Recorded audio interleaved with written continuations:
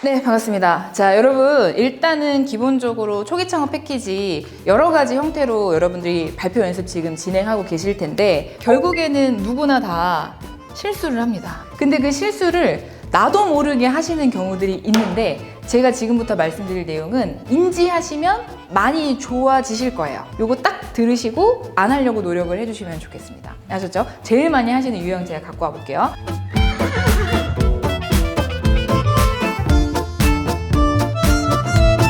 첫 번째, 제일 많이 하시는 실수. 발표 시간을 어떻게 한다? 초과한다. 최악 중에 최악. 진짜 제가 하지 말라고 하는 유형이거든요. 제한된 시간 동안 압축해서 내용을 전달하는 것도 능력이에요. 여러분들이 정말 중요한 바이어를 만났어요. 그 바이어의 시간이 딱 10분이래. 근데 여러분들 그 사람 끼고 10분, 15분 얘기할 거예요? 그 비즈니스는 그냥 쪽납니다. 시간 안에 연습하는 거는 무조건 습관을 들이셔야 돼요. 보통 어떻게 제가 말씀을 드리냐면, 시간을 잘 설계하지 못하시는 분들이 한 중간쯤 얘기하시고 나서 그냥 발표를 마무리를 해야 돼요. 왜냐면 담당자가 여기까지 하겠습니다, 끝내주세요, 이러니까. 이거는 평가가 들어가기 때문에 더 시간을 못 줘요. 때에 따라서 어떤 것들은 질의응답 시간을 차감을 해서 발표를 조금 더하게 해주는 경우도 있긴 하거든요. 근데 그거는 특수 케이스고, 대부분은 발표 시간이 있으면 그 시간을 일단 끊고 질의응답으로 그냥 가게끔 해요. 그럼 여러분들은 뒤쪽에서 하고 싶었던 말 다 못하는 거예요. 제 팁을 하나 드리면, 여러분 슬라이드가 이렇게 PPT 있잖아요. 거기에 여러 슬라이드 보기 있는 거 아시죠? 여러 슬라이드 보기를 누르신 다음에 위쪽에 가시게 되면 슬라이드 쇼 누르셨을 때 예행 연습이라고 하는 기능이 있거든요. 예행 연습 기능을 딱 누르면 그 PPT 쇼가 실행이 되거든요. 근데 거기에 이제 타이머가 뜰 거예요. 타이머가 왼쪽이 있고 오른쪽이 있어요. 그 왼쪽에 뜨는 시간은 그 페이지에서 머문 시간이고요. 한 장, 두 장 더 넘기면 오른쪽에 있는 거는 이제 누적이 돼요. 그래서 그 슬라이드 쇼에서 머문 시간이 떠요. 무슨 말인지 이해되세요? 그래서 왼쪽에 있는 시간은 이 페이지에서 머문 시간, 오른쪽에 있는 시간은 총 발표 연습 시간, 이렇게 뜬단 말이에요. 그걸 보면서 내 시간을 체크하시면 돼요. 그럼 마지막까지 시간을 다 가잖아요? 그럼 그걸 끄면 그 여러 슬라이드 보기에서 각각의 페이지마다 밑에 시간이 조금씩 뜰 거예요. 그럼 내가 이 페이지에서 어느 정도의 시간을 쓰는구나, 이걸 체크해 주시면 돼요. 보통 페이지마다 예를 들면 뭐 30초, 40초, 30초, 40초 이러다가 갑자기 어떤 특정 페이지에서 3분 문제가 있는 페이지예요. 그거는 내용을 빼든가 쪼개든가 해야 돼요. 근데 30초, 40초, 30초, 40초 가다가 갑자기 이 페이지에서 5초 이래요. 얘도 문제가 있는 페이지야. 얘는 시간을 더 늘리든가 아니면 다른 거랑 합치든가 하시는 게 낫다는 거죠.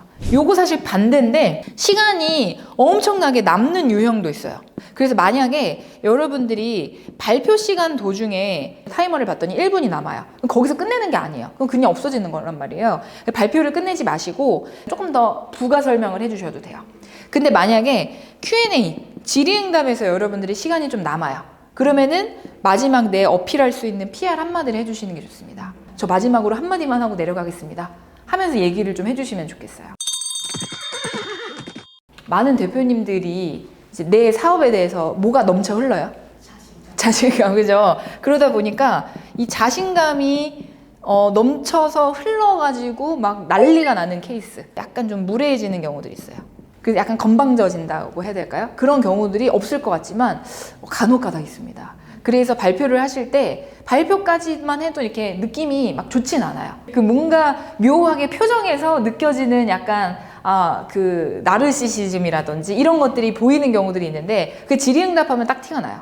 질의응답을 했을 때 질문을 어떤 내용을 하더라도 다 방어를 하죠. 본인에 대한 피드백을 이제 튕겨내버리는 경우들이 있거든요. 그래서 자신감으로만 얘기하는 거는 안 돼요. 자신감은 보여줘야 되지만 그게 조금 심하게 되면 이쪽으로 넘어가기 때문에 무례하게 혹은 이 앞에 계신 분들한테 불쾌함을 주지 않도록 해주시면 좋겠습니다.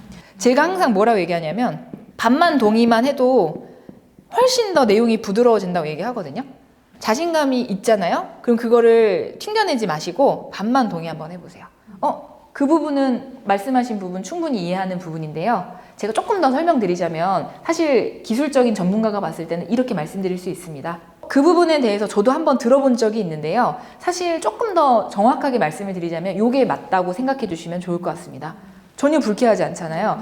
내가 잘 알고 있는 것도 충분히 설명이 됐어요. 누가 봐도 여러분들은 프로기 때문에 서류평가까지 붙은 거예요. 이거를 굳이 이런 느낌으로 주실 필요는 없습니다. 평가 자리라는 거 잊지 마세요. IR 투자 유치를 받을 때 투자사들이 이 부분에 대해서는 이렇게 얘기를 잘 안 하는데 정부 지원 사업에서는 요거 하나 없다고 얘기하는 경우들이 많아요. 근거가 없는 경우들.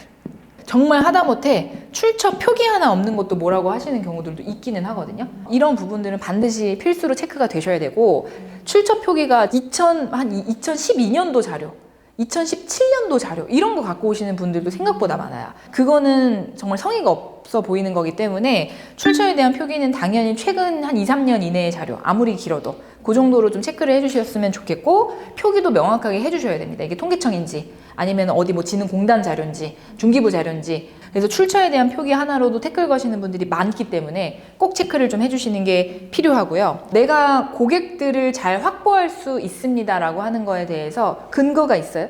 어떻게 보여줄 거예요?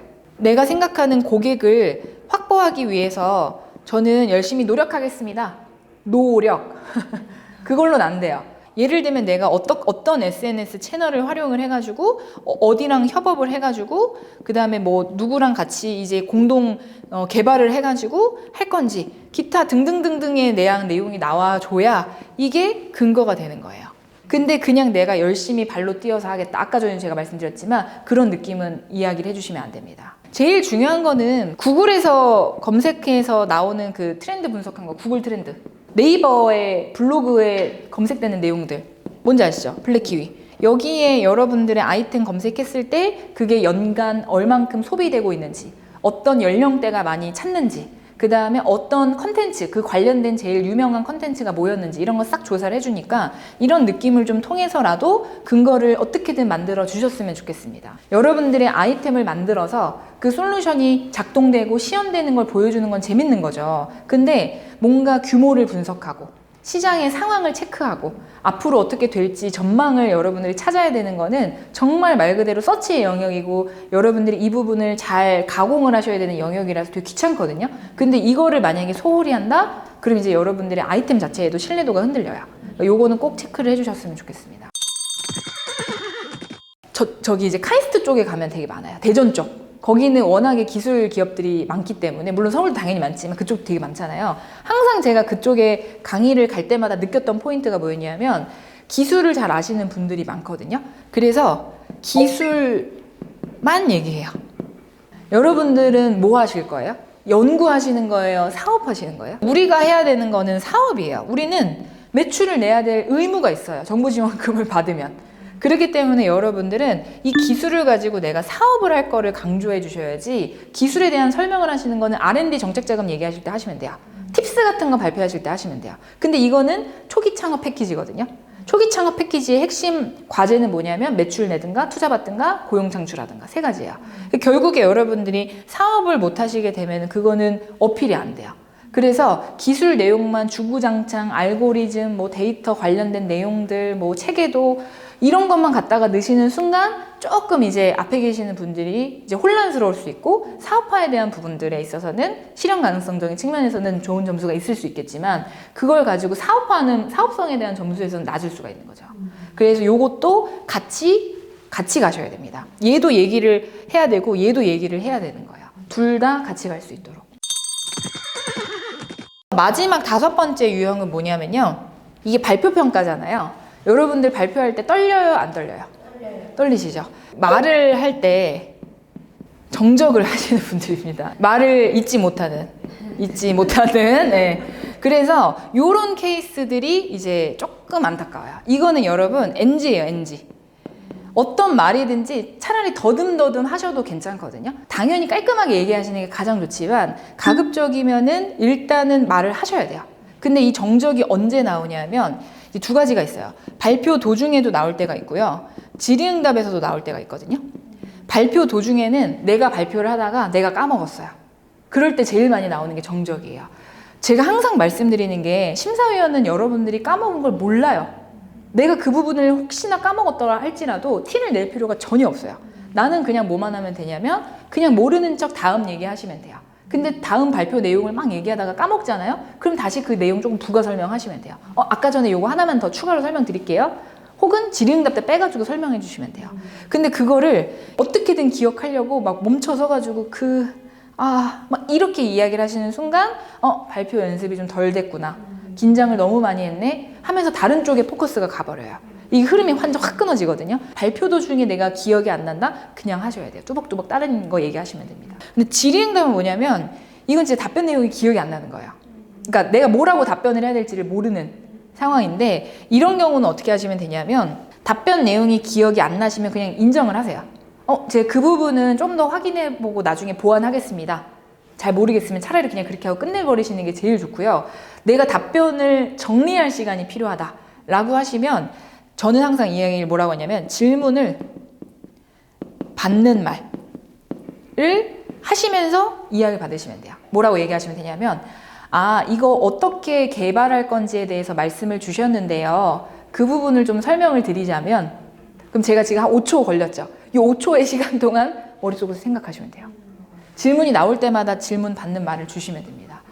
지금 이거를 팀원을 어떻게 영입할 거냐고 설명을 해주셨는데 그 부분에 대해서 설명을 드리자면 이라고 그냥 기계처럼 받아치는 말을 하시면서 나는 그냥 머릿속으로 생각을 해주시면 돼요. 그러니까 그 정도만 하셔도 요거는 충분히 좀 해소가 되실 겁니다. 어쩔 수 없이 교과서적인 말이지만 모든 발표는 연습을 하셔야 됩니다. 연습이 없이는 안 돼요. 그러니까 요거를 열심히 하셔서 여러분들이 100번 정도 연습하시면은 술술 나오거든요. 쉽지 않겠지만 연습을 많이 하셔서 실수를 좀 최소화해 주시면 좋겠습니다. 질문. 아무리 시간을 맞추려고 조금 연습을 하다가 그 현장에서 시간이 조금 넘어가는 것 같아가지고 이건 이 정도만 하고 다음 작품으로 넘어가겠습니다 라는 멘트를 해도 되나요? 그거 되게 많이 쓰시는 표현인데 지금 슬라이드가 이렇게 있으면 이거는 다음으로 넘어가겠습니다 라는 표현 썼잖아요. 제가 제일 쓰지 말라고 하는 실수 6번째. 자, 뭐라고 얘기를 하냐면 이 페이지를 얘기할 때는 뭐라도 괜찮아요. 조금이라도 설명을 하고 넘기세요. 이게 엄청 중요해요. 제가 쓰지 말라고 하는 표현이 뭐가 있냐면 예를 들면 비즈니스 모델은 다음과 같이 했으니까 한번 읽어보시면 될 것 같아요 하고 넘어가는 거가 최악이에요. 안 읽어봐요 절대. 그래서 보시는 것처럼 비즈니스 모델은 2가지 단계로 나누었고요. 각각은 저희가 B2C로 먼저 진행하고 무료로 유입시킨 다음에 저희가 진행하려고 생각하고 있습니다 하고 넘기셔야지, 이 조금이라도 설명을 하고 넘겨야지 이거를 내가 그냥 먼저 보시면 됩니다, 일단은 이거는 뭐 나중에 추가 설명 드릴게요, 이거는 좀 안 하시는 게 좋긴 합니다. 그러니까 이거는 애시당초에 시간 설계를 할 때 다 체크를 해서 머릿속에 갖고 있으셔야 되는 부분인 것 같아요. 알겠죠? 그래서 정말 못하면 비즈니스 모델은 크게 3가지 단계가 있고요. 가장 1차적으로는 요거부터 진행할 겁니다. 그리고 넘어가는 거. 요 정도까지만 하는 거는 뭐 5초면 되잖아요. 이 정도만이라도 시간을 써주세요. 자, 이렇게 해서 저희 자주 하는 실수 유형 살펴봤고요. 연습하셔가지고 최종 합격까지 가셨으면 좋겠습니다.